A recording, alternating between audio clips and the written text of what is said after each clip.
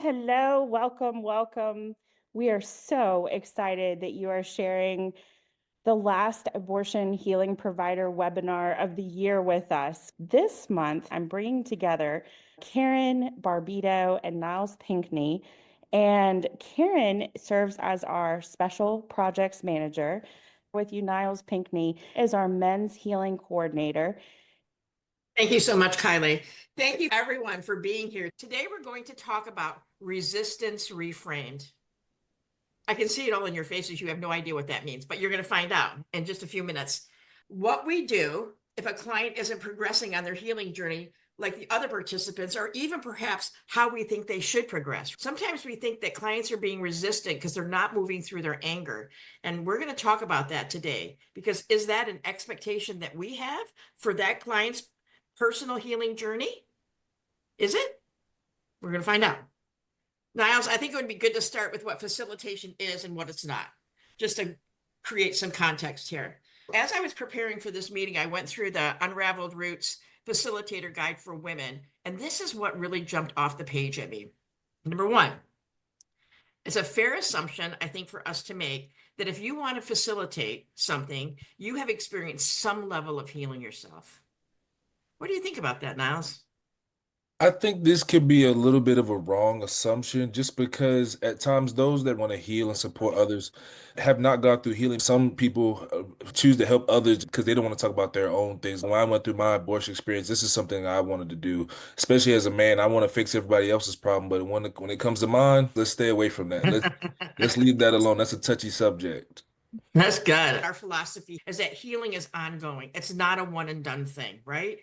I don't know about you, but I'm grateful that I have not arrived yet, that there's more work to be done within me. So the second thing that jumped off the page was it is recommended that you think of the book and weekly sessions as a map.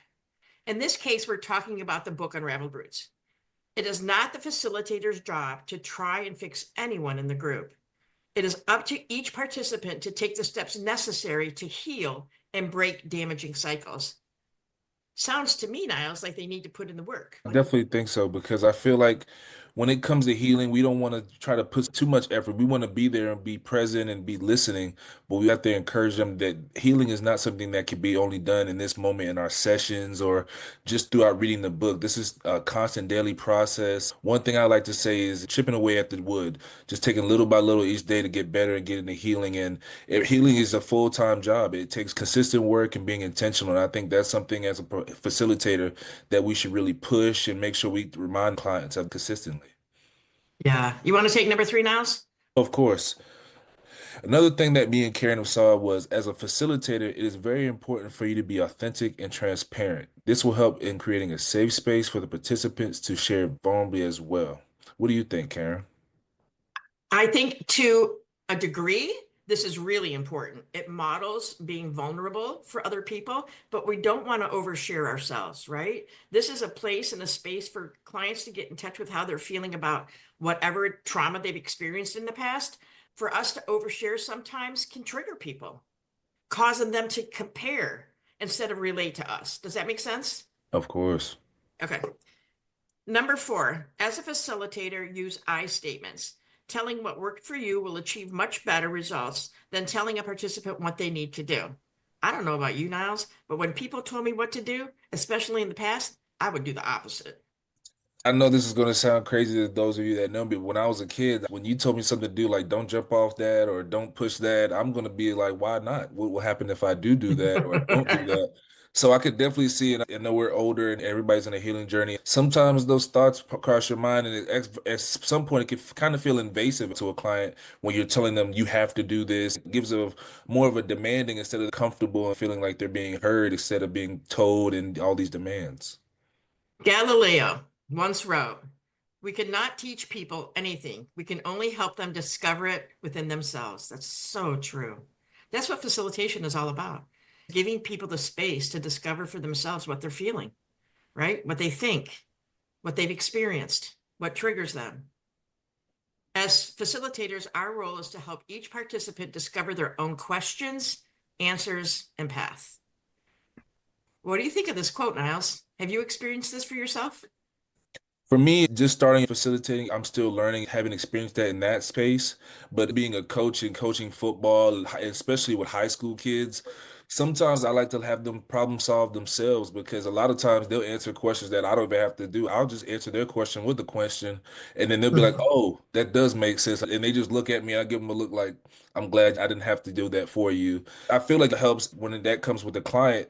It helps them realize that they have that within them. And that also pushes the healing journey along because if a client realizes I don't have to lean on my facilitator the whole time, I can answer my own questions, I can support myself in certain areas, it helps them give confidence that they can heal and this is good, and it's going in the right direction. That's really good, Niles. That's empowering, right? When you give people the opportunity to discover for themselves, that's super empowering. I love how you answered that. Okay, take number 6, Niles. Okay, of course. And lastly, recovery from anything is very personal and messy. The process requires work, commitment, and time. Your goal should be to help each participant keep moving forward at their own speed. That's really important. Okay, so let's talk about what facilitation isn't. Go ahead, Niles. You're doing great. There's no pictured outcome in facilitation. As we said, grief is personal. Everyone grieves differently.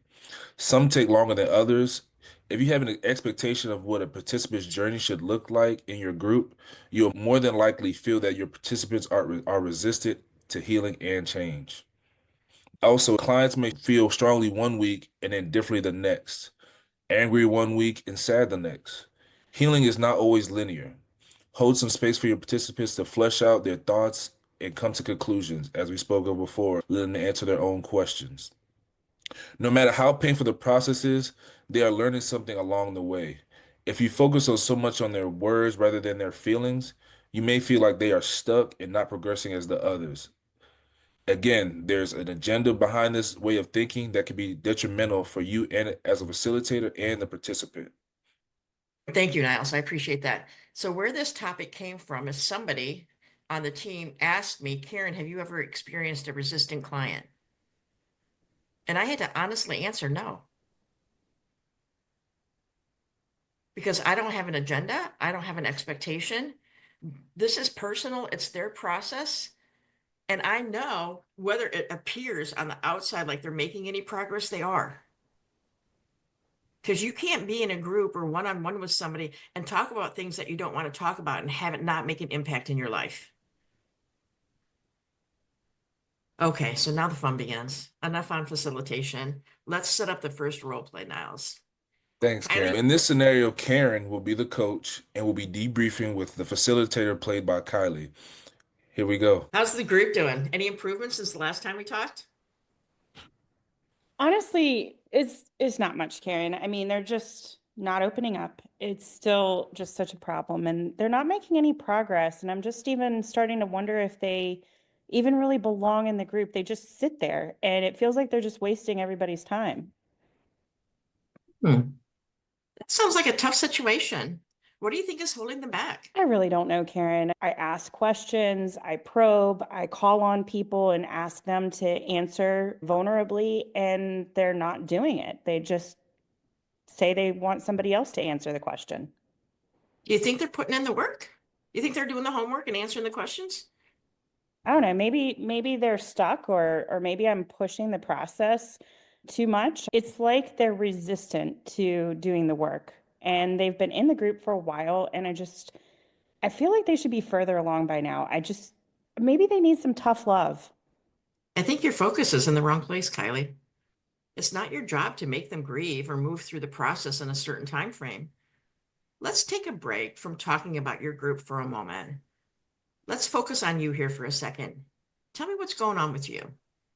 It seems like you have an expectation for the participants that I've never heard you express before. What do you mean what's going on with me? There's nothing going on with me, Karen. I'm fine.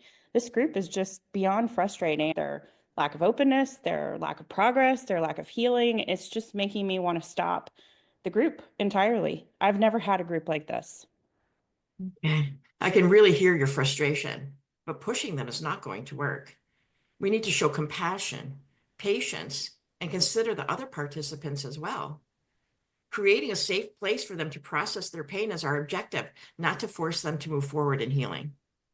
Well, I've tried all of that. I've given them chances to open up, And I've even created spaces of silence in the meeting, Karen. I think they're just so stuck in their own head. And at this point, they should just be past the basics. Okay, I hear you. I'm going to finish your group with you so we can talk further about facilitation skills when it's over.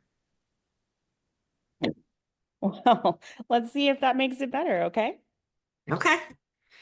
So now I'm going to break out of character here. And this is not a wrong way and a right way thing. This is what a supervisor or a mentor should do with a facilitator that's struggling in their group dynamics. And so as a coach, and you as a facilitator can tell when a good facilitator, and Kylie's a good facilitator, is experiencing either compassion fatigue or other life struggles that sometimes trigger frustration with the progress of a participant. It can create expectations for healing, or even may make us think that a client is resistant to the process, all of which is a facilitator issue, not a participant or client issue. I want to say that again.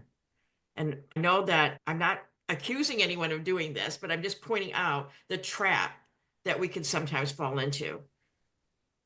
Resistant clients, expectations for healing, and frustration over the progress of somebody within your group is a facilitator issue.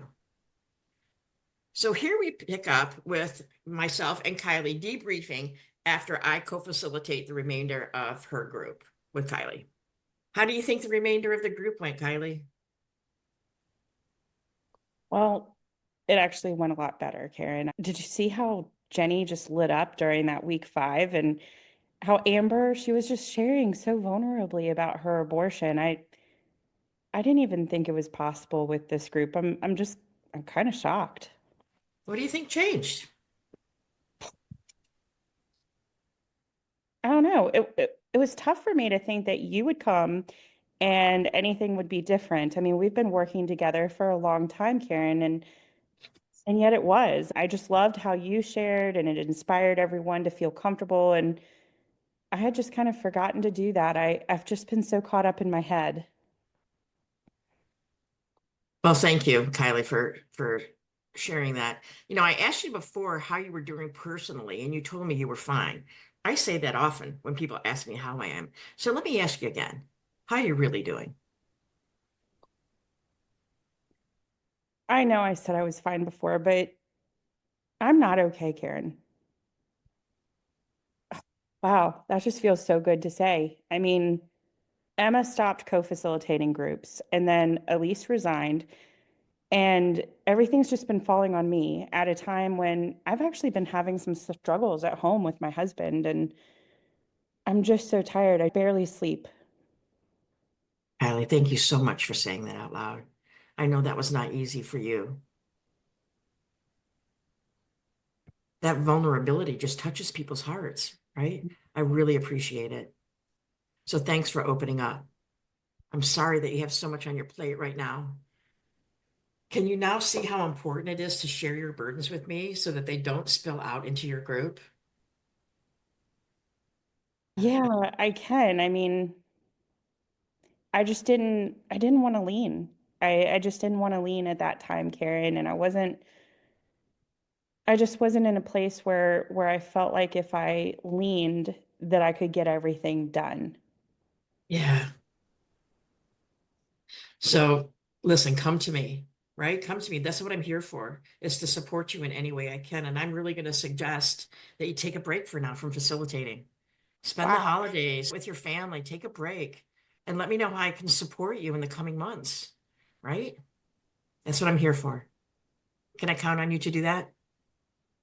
Yeah, I tell you, when you said take a break, I mean, I just kind of felt this like whole flood come over me. Like, wow, what a relief that would be. Yeah, I'm really going to take some time with my family over the holidays. It never even dawned on me to just step back. So thank you. I really appreciate your support. And I'm sorry I let this group down. Natalie, you didn't let the group down. Their healing is just beginning, and you can be proud that you were a part of that. Thanks, Karen. You're welcome. This is me, Karen, not coach. Even good facilitators can have a bad day or a bad group. It's happened to all of us.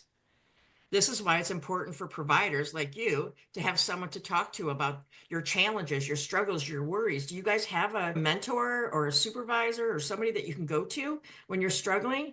Because if you don't get it out, when you keep things inside, usually it will show up in unhealthy ways outside. So do you guys have, can I see a show of hands maybe? Do you guys have somebody that you can talk to? It's really important, right? Because we're not perfect, we're human. And we need support sometimes, even if we're in charge.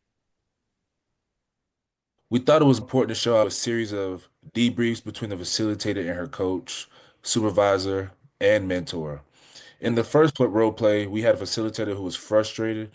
The coach attempted to help the facilitator see that perhaps something was going on with her, but to no avail. This is when the coach stepped in to co-facilitate, model facilitation, and get the group back on track. In doing so, the facilitator was able to see how the coach changed the group dynamic and was able to admit that she wasn't fine and needed a break and support. Next, we will set up our next role play. So here, Karen is a facilitator of a group, and I'm the client who is struggling. So me as a client, I'm having my own concept of a discussion and making statements like how I really feel, and I'll never be able to get over this. So we will start with me, and this is the wrong way. I just don't get it. I've been doing this for months now, and it feels like nothing's changing. I'll never be able to get over this. It's just too much. Miles, you've been saying this for a while now. At some point, you're going to have to accept that healing takes work. Everyone else is managing it, so you just really need to pull yourself together. You can't keep using this as an excuse. I'm not making any excuses. It's just really hard. It feels like I'll never be able to move on from this, like it's always going to be with me. It's not about moving on. You just need to stop dwelling on it so much. You've been focused on this for far too long, and it's clearly holding you back. If you really want to heal, you need to stop making it such a big deal. It's not that easy. I don't want to feel this way anymore, but I don't know how to stop thinking about it, everything that's happened. You're overthinking it. You've spent so much time in your head already. You just need to make a decision to let go. If you want to move forward, you need to get over it. Plain and simple. I can't just let go of everything. It's not that simple. Well, it should be. You can't expect things to change if you don't start making an effort. You're going to have to snap out of this mindset and push yourself harder. Everyone else here is working through their stuff, so you should be too. I guess I just feel like I'm never going to get it right. Well, if you keep thinking that way, you won't. You're not going to get anywhere if you keep doubting yourself like this. It's time to stop making excuses and just do the work. I'm trying, but it doesn't feel like enough. Well, you need to do more or nothing will change. Okay. So I just want to reaffirm that this is the wrong way. I would never talk to somebody like this that was a client. And we made extreme so that maybe there's something in this conversation that you can relate to. This is definitely the wrong way, as Kara says, to have a conversation with a client who is struggling to move forward in the healing process. We should have compassion, patience, understanding, and normalize what they are feeling, and also add encouragement that is needed in this situation. If we are comparing one participant to another, we have forgotten that grief is personal and looks different for everyone, and there's no time frame associated with healing. So now let's switch it up and let us model for you the right way to have this conversation with a client that feels like things are never going to get better. They're never going to be able to get over it. I just don't get it. I've been doing this for months now, and it feels like nothing's changing. I'll never be able to get over this. It's just too much. It sounds like you're feeling overwhelmed. Like all the work you've been doing isn't moving you forward in the way you hoped. You've been carrying this weight for so long, and it's understandable that you're feeling stuck. Can you tell me more about what's making it feel like you'll never get over this? I mean, I don't know. It just feels like everything is always going to be a part of me. No matter how much I try, it doesn't get easier.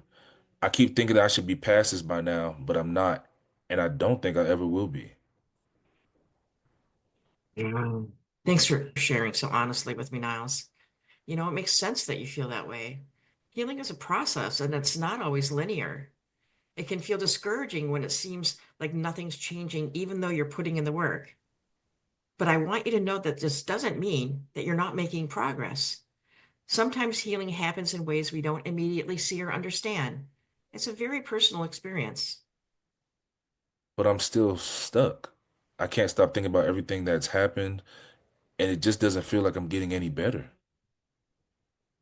I hear you. It's really hard to feel like you're stuck in the same place, especially when the pain feels so heavy.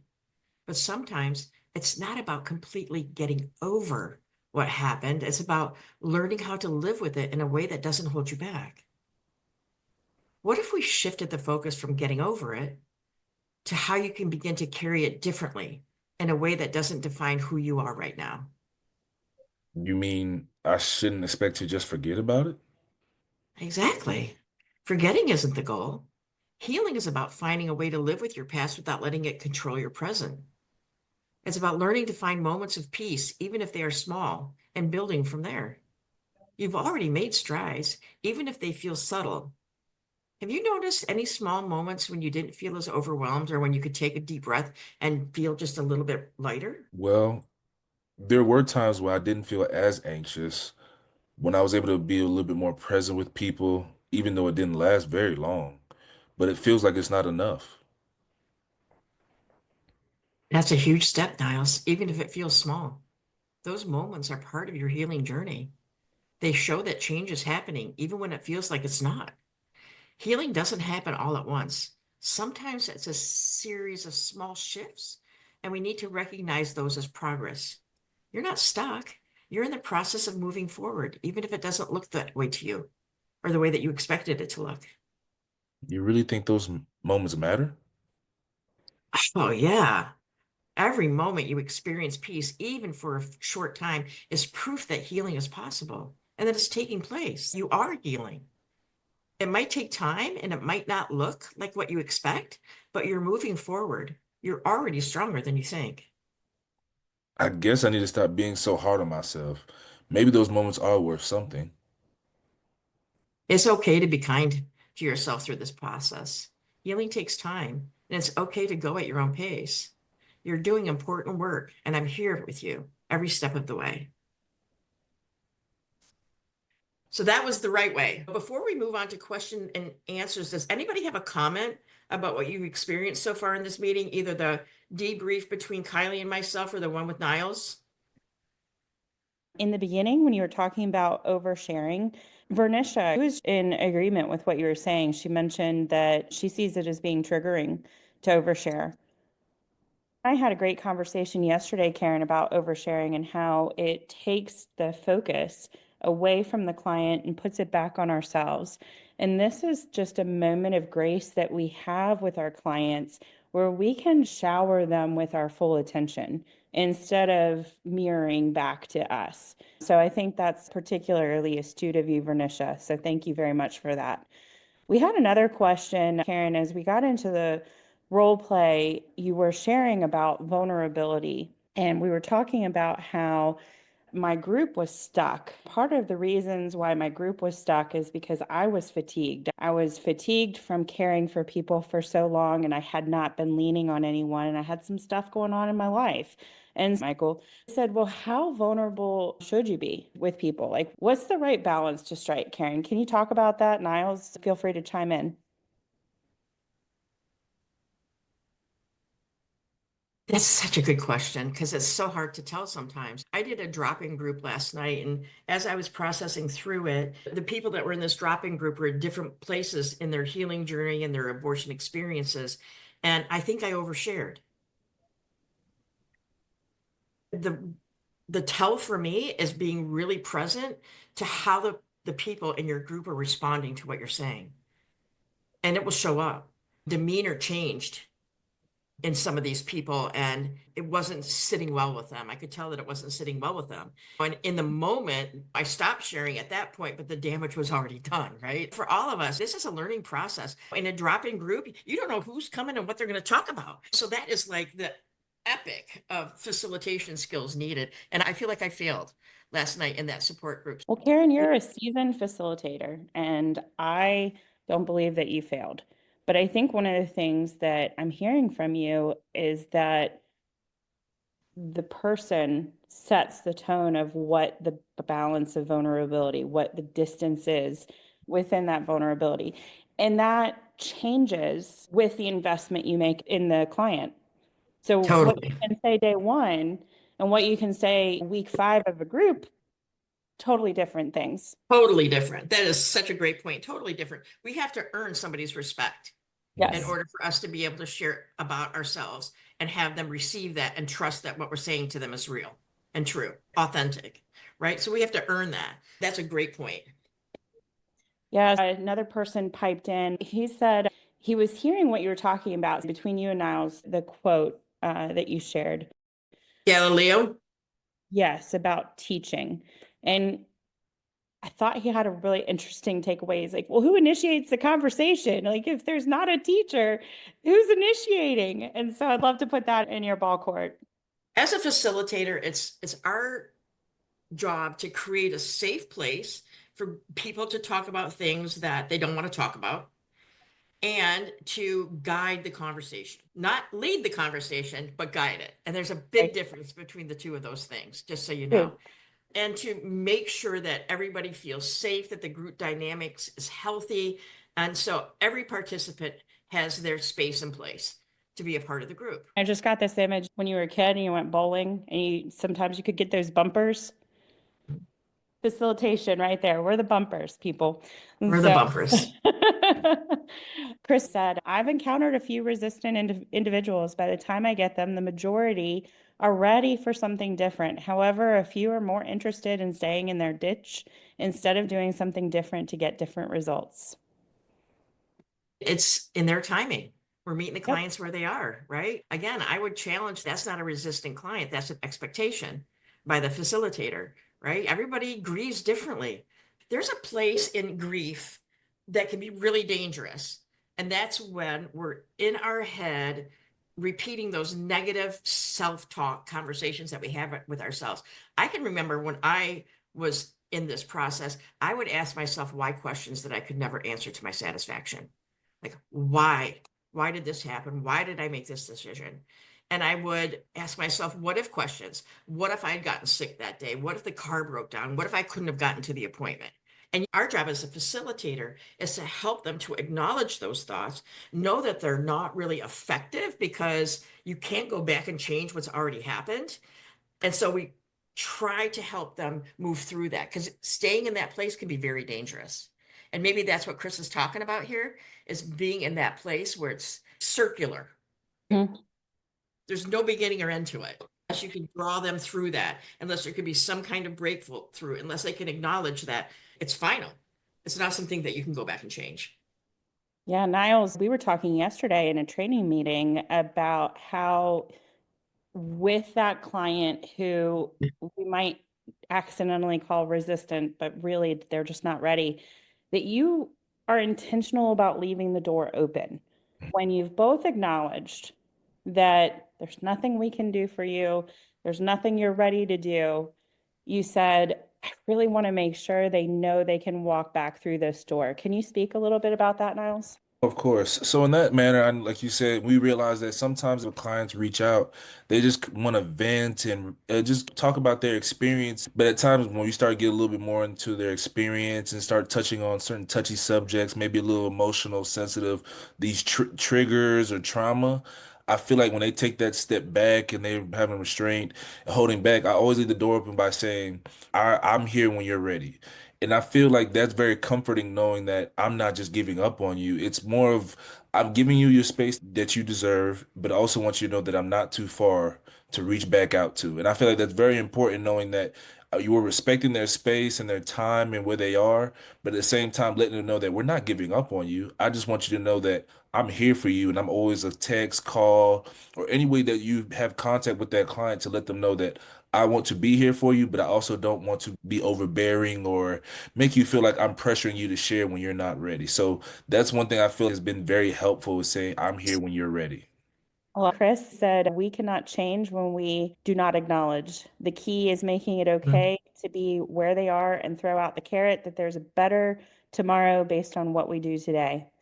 I leave the door open for future conversations. One, for example, pushed back to the point that I simply left the door open. 3 months later, I got an email and it said, I'm ready to talk.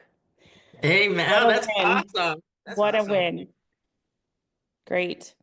Let's see. We had a couple of people share that, yes, they do have somebody that they're depending on, that they can go to when they need to let off some steam or talk through a difficult client. My favorite answer, and I'm a little bit biased, is from Yolanda. She said, we have you. I love that. We love being that for you, Yolanda. And all of you are very welcome. Karen is our coach. So if you ever are facing a facilitation question or you're thinking about, gosh, how do I work through this difficult client? Karen is my go-to for that. So make sure that you lean when you need to, unlike me in my role-playing scenario. Emily said these trainings have been really helpful and have surfaced with a couple of clients lately. I'm glad that it's paying forward with the clients that you're caring for. We have a question with regard to facilitating. This is a trick question, Karen. How do you make the work rewarding? I've had the opportunity and the privilege to watch and see people visibly change as they go through the healing process, whether it's unraveled roots or an abortion healing thing. So the whole process of sorting through your emotions, identifying where you were then and where you are now, grieving your loss and finding closure. And when that happens, you can never go back and be who you were. You are changed and transformed forever. You can see it. People look different. Their shoulders drop, their face, like the tension in their face seems to let go. You can visibly see it. And like, I would get up every day for that. Just saying. So I want to challenge you with an unpopular answer to your question, potentially. Did you see how Karen just spoke about facilitating? If you're not invigorated, if you're not lit up inside the way that she is, talking about delivering healing, I would challenge you to see if this is the right seat in the bus for you. That's really hard, especially if you're a helper. But there are so many ways to help. We don't all have to be facilitators. So if you're thinking, gosh, I'm not getting the joy out of facilitating like I once did, or man, Karen speaks about it like Alleluia chorus is going to start singing, and that's not what my experience is, then let's talk a little bit further about that. Lauren shared, triggering is not always bad in the appropriate setting. Wow. That's such a great thing to acknowledge, Lauren. Sometimes we think about triggering as having a negative connotation, but you're so right that it can make us aware of things and allow us to get to the next step in our healing process. So thanks for bringing that up to the conversation. Michelle says, I really liked how helpful reframing what healing looks like was. Isn't that great, Karen? Mm-hmm. Terry asks, do you find that the longer an abortion wounded client goes, the longer that they take to find progress through abortion wounded studies, programs, and groups? I think it's just the opposite, in all honesty. Here's my experience. When I talk to pregnancy centers, most of the people that are decades removed from their abortion heard about healing from some kind of presentation in their church. So these are church-going people that potentially have brought God into their life, realize what they have done, realize that it's been stuffed down for so long that now it's time to address it.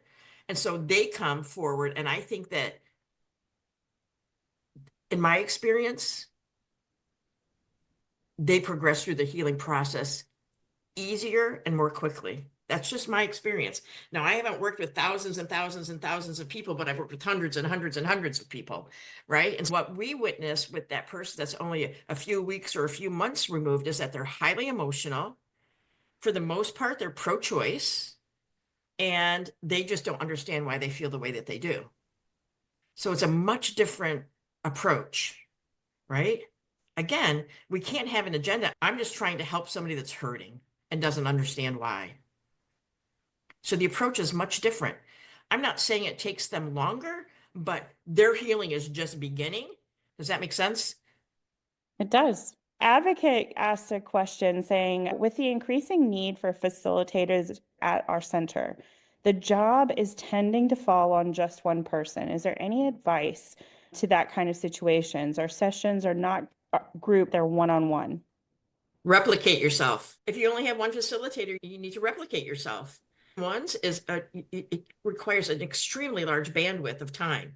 Teach somebody else how to facilitate, have them co-facilitate with you in a one-on-one situation, and then let them go on their own. Like, we'll do it together and then you can do it and we can debrief about it. I think this is a great time to just say, we have a group readiness assessment. It might help you to discern with your clients through the intake form whether somebody is meant for one-on-one or a group or perhaps self-guided healing. One way for you to replicate yourself is to figure out what option is going to advance that client further, faster through healing. We have self-guided free healing options on our website.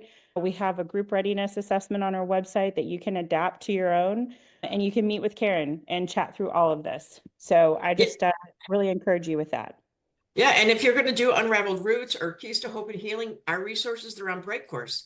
If you have Break Course, you can give the link to your client. They can do it at their own pace in their home, and then you could just jump on a Zoom call with them once a week or what have you and talk about what they've read and what their questions were like and what resonated with them. But I also encourage you, if you're the only person that facilitates one-on-ones with the clients in your pregnancy center, to see if there aren't some volunteers that have a passion for doing this as well.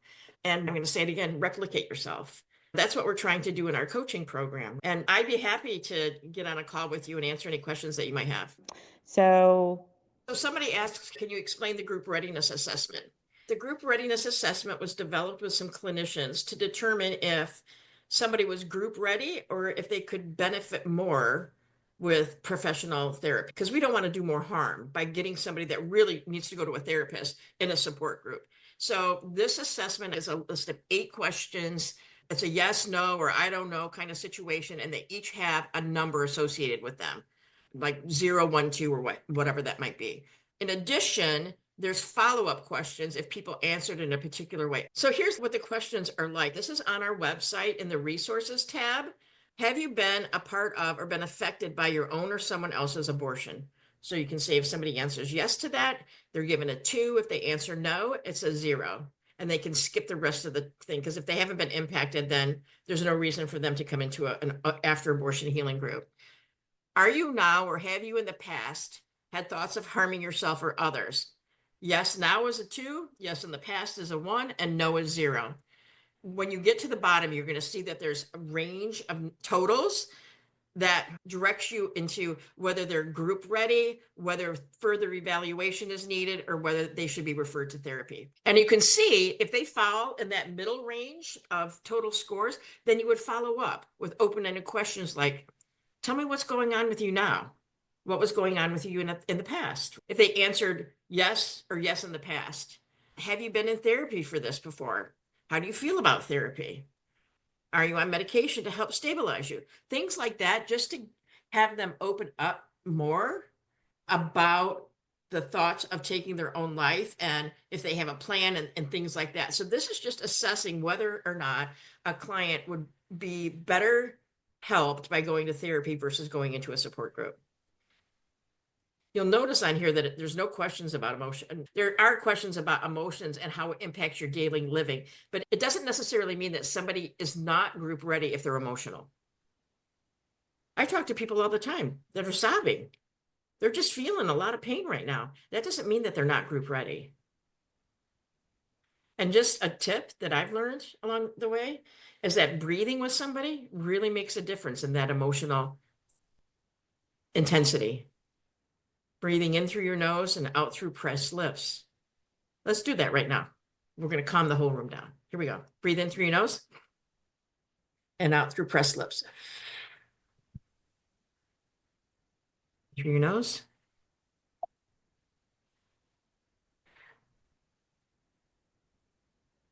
It's calming.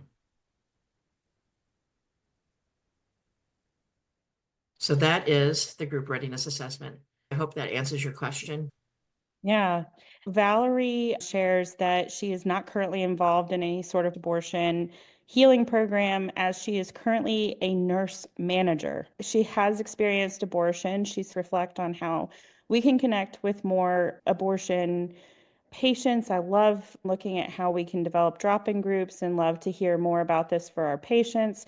She's feeling called. What's a good starting place, Karen? Get in touch with me. Yep. Good starting place is Karen. I love so much seeing you today and appreciate very much your taking the time to be with us.